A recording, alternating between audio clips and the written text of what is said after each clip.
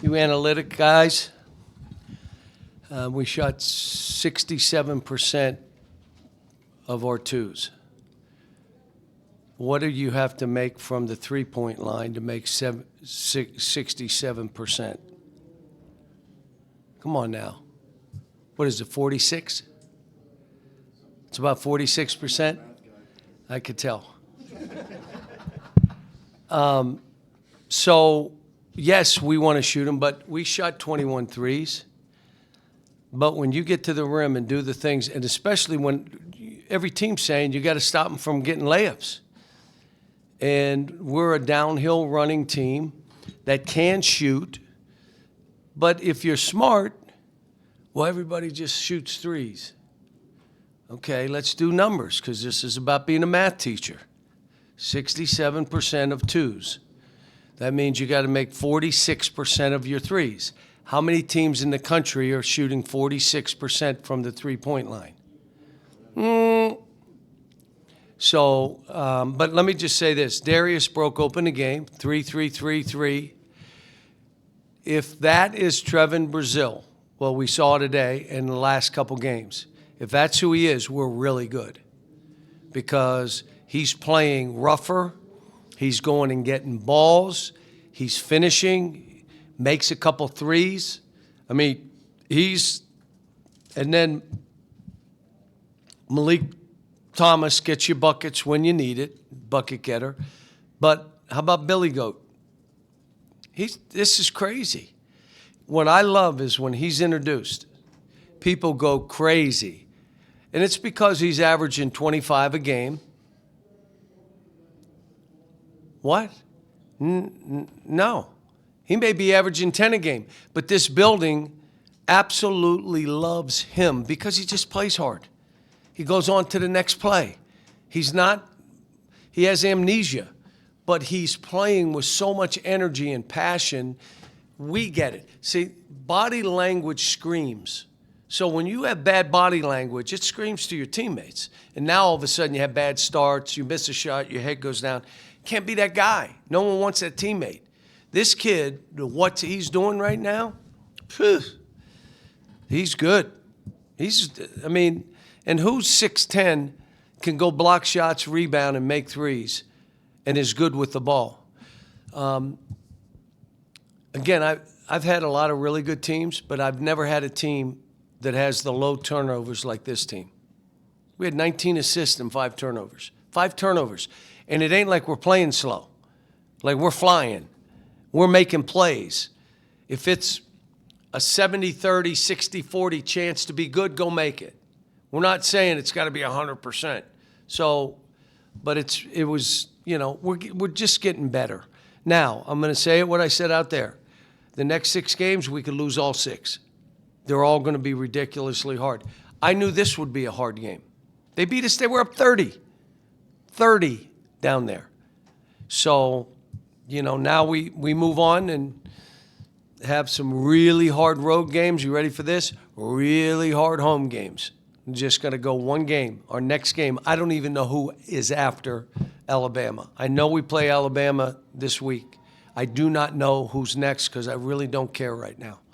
Let's play the next game and see how we do. Yeah, you mentioned Billy there, obviously known for his defense and his hustle plays and effort plays and all that, but 25 points, a career high, 12 of 15 from the field. I guess just where do you feel like you've seen him develop the most just as a scorer this season? He knows who he is. You got other guys that they want to be something that they're not, so you don't look as good. He knows exactly who he is. He does. And he plays to his strengths. I wish every player would do it. They don't because they get coached by everybody telling them, here's what you need to do. How about you just be you? Some guys should just be great rebounders. I'm going to go be double-digit rebounder. For a long while, the number 1 rebounder in the country always got drafted. You want to get drafted?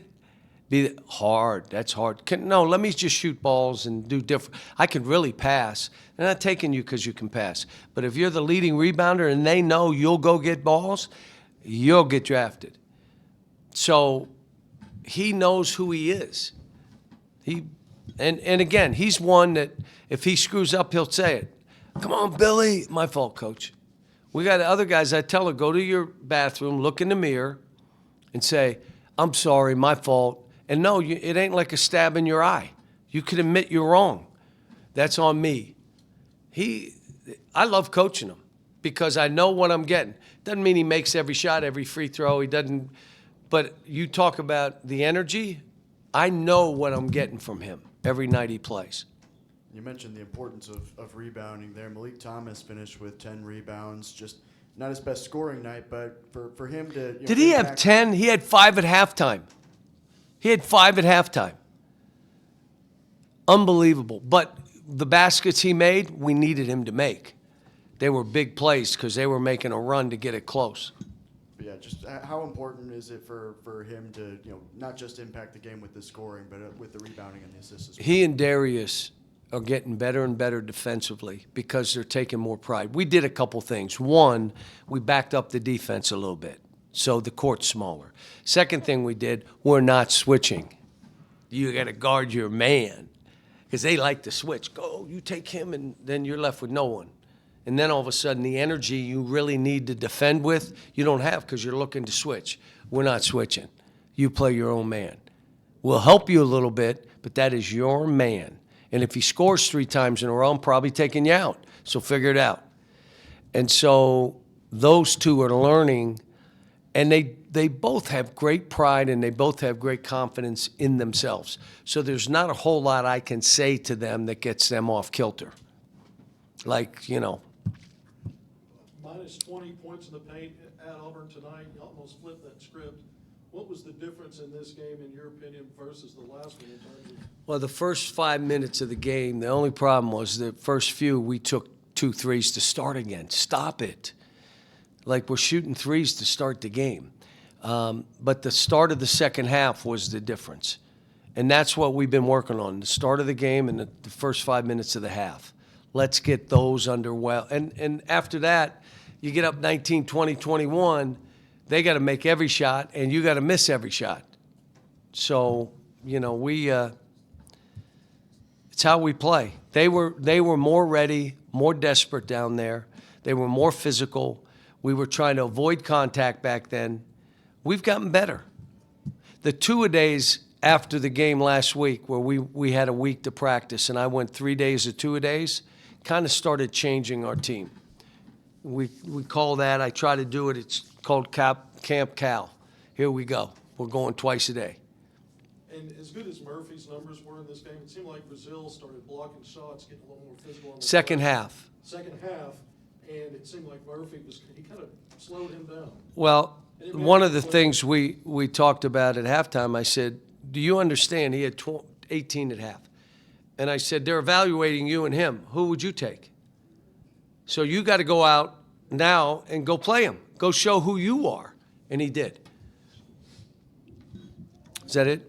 No, I want Billy started the last 2 games with Carter out, and then he gets not again. How have you seen him kind of just come into that role as a starter and have that energy from start to finish? Billy's one of the players that I've coached, and I've had a few of these. Wherever I play him, he's fine. I bring him off the bench, but you can't bring him off the bench now. How do you? Why? Because I like somebody better? It has nothing to do with that. How we're starting games and starting halves with him in there makes a difference. I like him and Carter together. I like those two on the floor together. And that, if going forward, that may be something that we try. Even putting TB at some 5.